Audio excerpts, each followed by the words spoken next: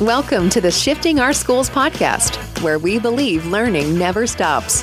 We create innovative and flexible professional development opportunities that support the current research and thinking in education today. This week's podcast episode aspires to set you up to take another step forward on your personal learning journey.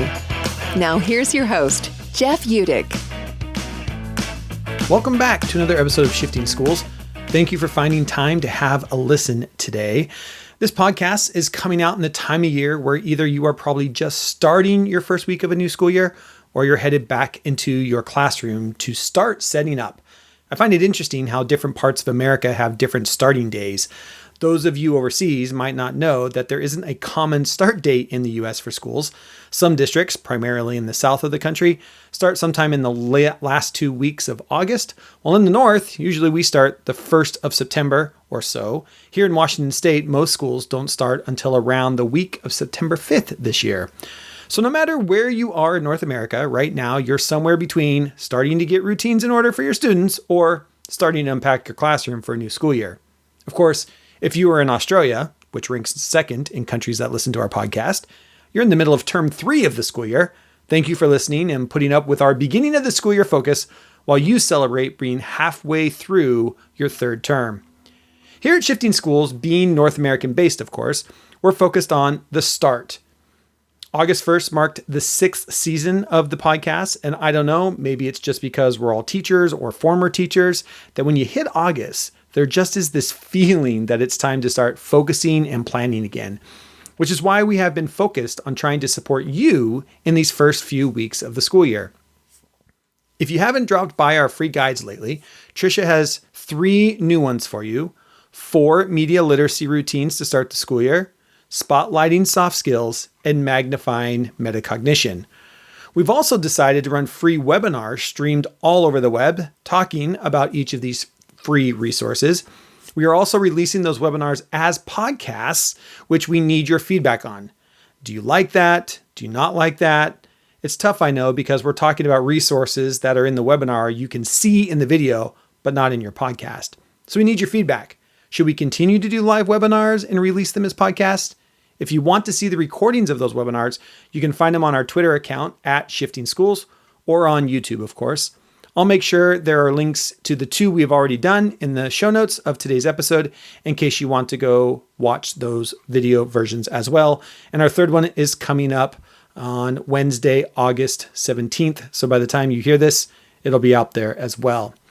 We've also been working on other parts of the podcast. We're very honored that when you search for K-12 education in Apple Podcasts, we now are ranked the number 4 show, at least here in North America. We would love to know any listeners in other countries where you find us and how you listen to us.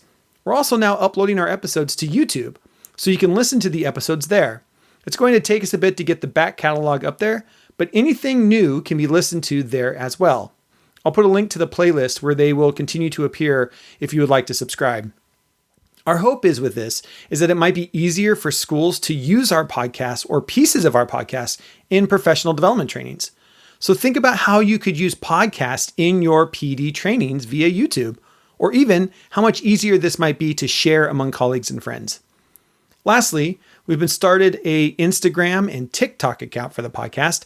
You can follow them both on Shifting Schools Pod, regardless of the platform. That's Shifting Schools Pod, all one word. So POD at the end of Shifting Schools Pod. Our hope is to give you snippets of podcast episodes and share some behind the scenes footage of our podcast and working environment. So just like you in your classroom, we're busy setting up for another great season here on Shifting Schools. This being our 6th season in production, we're excited about the lineup of guests we have coming for you, the conversations to come, and the stories we get to hear and share with you.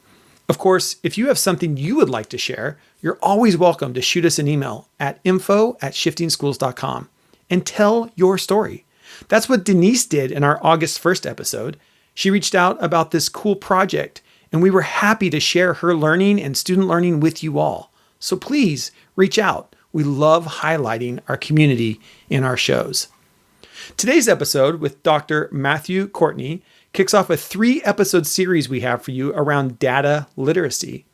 Dr. Matt is the author of Exploratory Data Analysis in the Classroom and focuses on unlocking the potential hidden in your student data.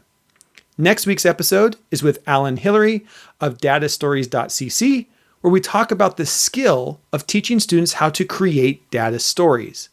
And finally, we will have Gabriella Marit discussing data visualization with students.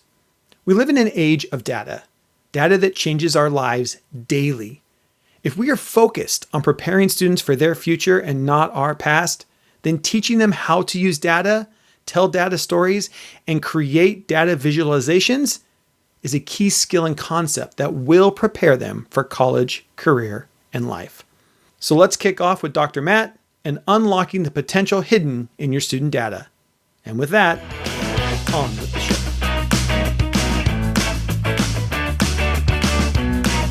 All right, welcome back to another episode of Shifting Our Schools. So excited to talk about data literacy today, data with schools. I'm here with Dr. Matthew Courtney. Matthew, it's so great to have you on the podcast, talking a little bit about your new book, Exploratory Data Analysis in the Classroom, and all around data analysis in education. So welcome to the podcast.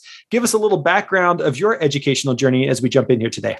Yeah, thanks, Jeff. Thanks for having me today. I started my career as an elementary music educator, and I loved every minute of that classroom time. But through that time, I saw some problems and some issues and some things that I wanted to try to tackle a little different. And so I left the classroom, entered the policymaking space and the training and consulting space, where I now work with schools all over the country on school improvement through data analysis and research use.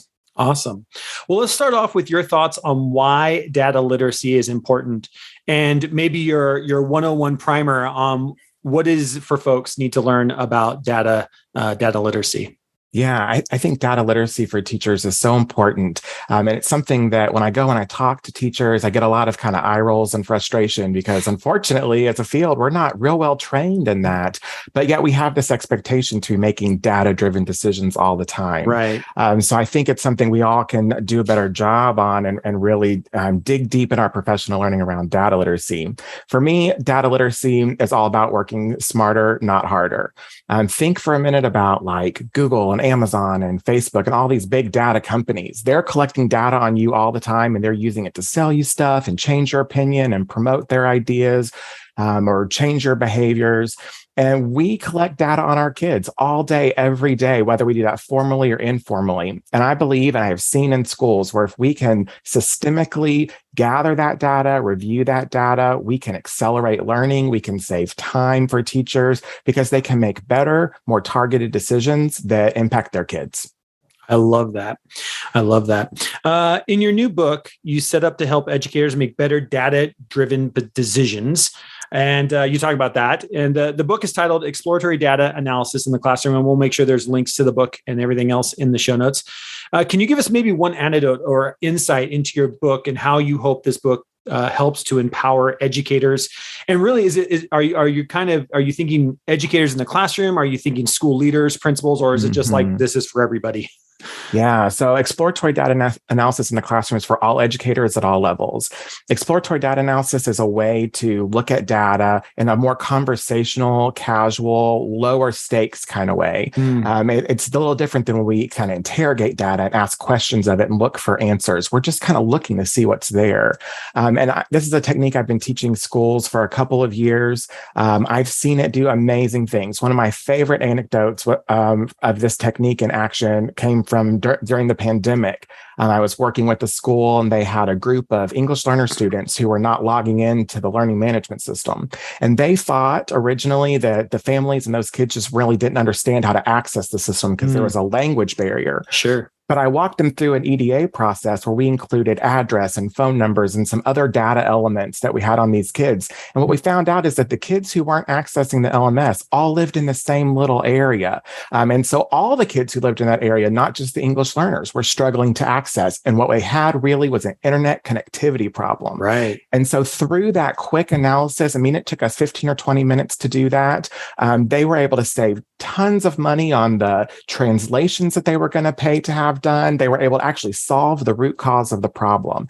And so through this, we see things that we didn't know to look for. And teachers at the classroom level, all the way to superintendents and people at central office and state education agencies can apply this to their data to come up with new insights about their learners.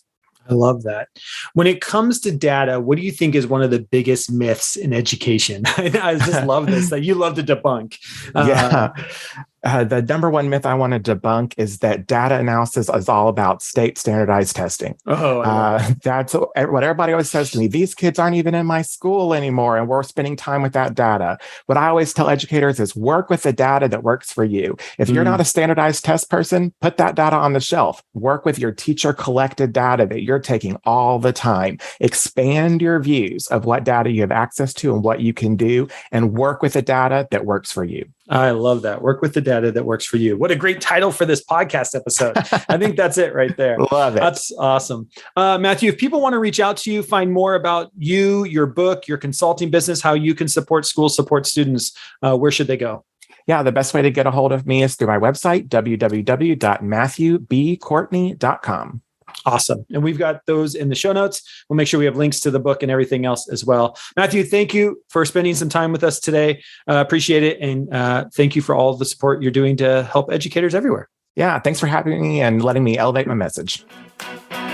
We hope you've enjoyed this episode of Shifting Our Schools. If you found this episode helpful or inspiring, please make sure to subscribe and leave the team a 5-star rating. If you want to learn more about the Shifting Schools team or download our free resources, head over to shiftingschools.com to see what's on offer now. Thanks for listening, and we'll catch you next week for another episode to keep rethinking the shifts our schools need.